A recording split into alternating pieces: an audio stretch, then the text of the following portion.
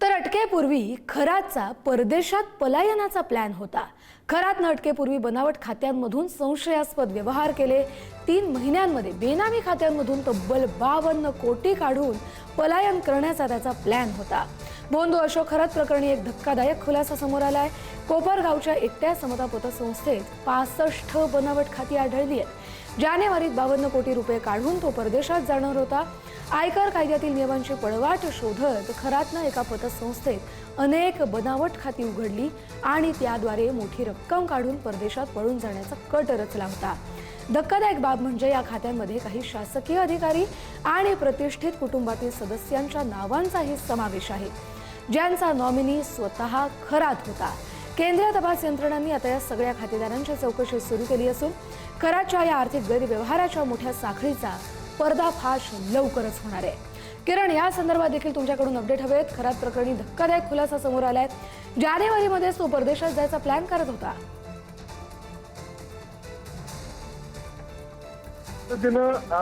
अशोक खरात प्रकरणामध्ये जसा जसा तपास होतोय तसे नवनवीन धागेदोरे समोर येत आहेत आणि या सगळ्या दरम्यान एक धक्कादायक बाब समोर आली ती म्हणजे की पूर्वी अशोक खरातला परदेशामध्ये पळून जायचं होतं अशा स्वरूपाची माहिती समोर येते। सूत्रांकडून मिळालेल्या माहितीनुसार तब्बल 3 महिन्यामध्ये 52 कोटी रुपये अशोक खरात वेगवेगळ्या खात्यांमधून काढून घेतलेले होते। अनेक खात्यांचा अशोक खरात हा स्वतः नॉमिनी होता, स्वतःच ही सर्व खाती ऑपरेट देखील करत होता।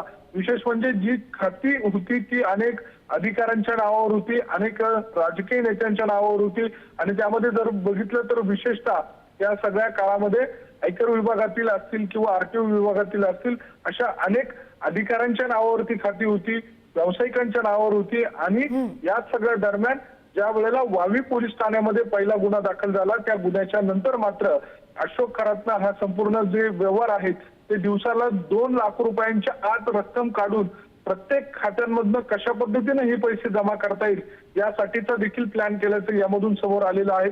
जी आयकर विभागाची नियमावली आहे त्यामध्ये 2 लाखांच्या वर जर व्यवहार केला तर त्या व्यवहाराच्या अनुषंगाने टॅक्स बसू शकतो अशा स्वरूपाचा अंदाज घेऊन त्यानं 2 लाखांच्या आतमध्येच व्यवहार केल्याची देखील या सगळ्या निमित्तानं बाब समोर आलेली आहेत।